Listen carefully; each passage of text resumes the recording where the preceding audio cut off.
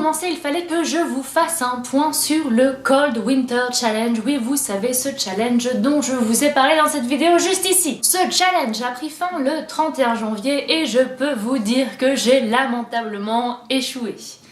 En gros, il y a un livre que je n'ai pas du tout aimé, je vous en ai aussi parlé dans une vidéo précédente que je vais mettre juste ici, et il y a notamment le livre des 4 filles du docteur Marchand anglais que je n'ai même pas commencé. Voilà, je ne sais pas en fait si je vais refaire un challenge un jour parce que, ou alors en tout cas j'essaierai de choisir beaucoup mieux le livre parce que j'ai un peu foiré le truc. Aujourd'hui j'avais envie de vous faire une vidéo différente puisqu'il n'y a pas vraiment de thème en fait, c'est juste un update lecture, c'est-à-dire que je vais vous parler de mes différentes lectures. Ces lectures en fait m'ont énormément plu et je n'avais vraiment pas envie d'attendre de trouver un thème pour les intégrer dans une vidéo. C'est pourquoi je vous en parle maintenant. Premier livre, c'est Le joueur d'échecs de Stefan Zweig. Ce livre, on m'en a énormément parlé il y a 10 ans en me disant qu'il fallait absolument que je le lise. J'ai mis 10 ans à le lire, mais j'ai fini par le lire. Alors que j'étais à la bibliothèque, je suis tombée dessus et je me suis dit que c'était l'occasion de le lire.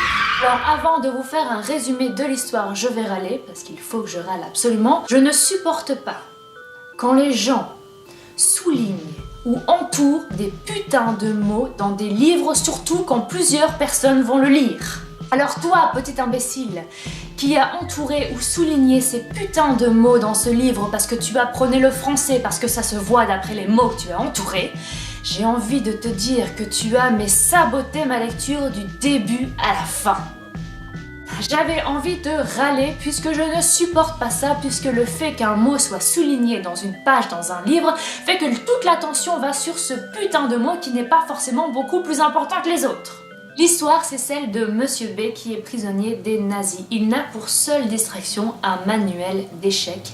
Il va donc en fait le lire, le relire et surtout en fait il va s'imprégner de toutes ces parties d'échecs qui se trouvent dans le manuel et à un moment il va être confronté à un champion d'échecs. J'avais beaucoup d'appréhension avant de lire ce livre parce que je n'avais jamais lu un seul livre de cet auteur et j'avais peur qu'il soit un peu complexe, surtout vu qu'il parle d'échecs et que je suis une quiche aux échecs.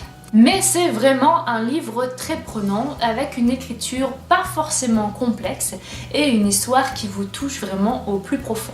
Deuxième livre, c'est D'après une histoire vraie de Delphine de Vigan. C'est un livre dont on a énormément parlé récemment et franchement, je sais pourquoi. Je l'ai fini il y a 2 semaines, mais j'ai mis vraiment 1 semaine avant de m'en remettre tellement l'histoire était prenante et tellement j'arrêtais pas d'y penser pendant 1 semaine. C'est une autofiction, c'est-à-dire que Delphine de Vigan va se mettre elle-même en scène et c'est là que ça devient un peu pervers, c'est qu'on ne sait pas justement à quel moment c'est vraiment elle et à quel moment c'est son personnage. Cette personne, donc cette Delphine du roman, va faire la rencontre de elle qui va avoir une totale emprise psychologique sur elle et jusqu'à la dernière page du roman, on est dedans, on est à fond. Ça devient aussi une sorte de thriller et franchement ça vous retourne le cerveau. Même encore maintenant ce livre me perturbe puisqu'en fait il y a plein de petits détails que j'ai envie de remettre ensemble pour essayer finalement de trouver la vraie histoire. Troisième livre, c'est La bibliothèque des cœurs cabossés de Katharina Biwald. Pour ce livre, j'avais envie de vous le montrer parce que en fait le livre est juste magnifique, c'est une édition spéciale. Vous voyez, voilà, une petite démonstration. Ce livre, je l'ai gagné à un concours sur la chaîne d'Isa Natural Tales. Je vous mets le lien juste ici.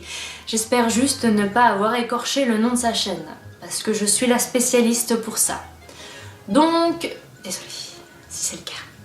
C'est un livre que j'ai lu aussi dans le cadre d'une lecture commune, toujours sur la chaîne d'Isa Natural Tales. C'est l'histoire d'une jeune Suédoise de 28 ans, Sarah, qui entretient une correspondance avec une vieille américaine du fin fond de l'Iowa. La correspondance porte principalement sur les livres, sur la lecture, puisque Sarah est libraire et que cette vieille dame aime beaucoup les livres. Comme vous l'aurez compris, ce livre se concentre principalement sur les livres. J'ai eu une petite appréhension sur ce livre parce que j'ai lu pas mal de commentaires négatifs où ils disaient que dans ce livre il ne se passe rien et que donc ils ont arrêté leur lecture. Alors oui, c'est vrai, il ne se passe pas grand chose. Sarah se retrouve dans ce petit village d'Iowa où finalement rien ne se passe et elle va découvrir les gens qui y vivent et leur façon de penser, leur façon d'être, ce qui les a construits.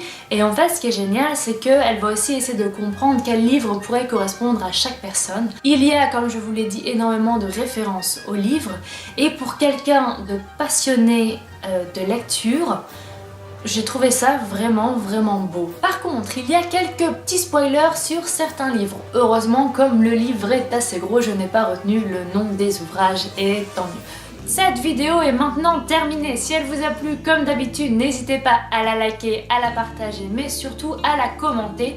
N'hésitez aussi surtout pas à me dire si ce format de vidéo vous plaît ou pas. Je vous souhaite une excellente soirée, une excellente semaine et je vous dis à la semaine prochaine. Ciao!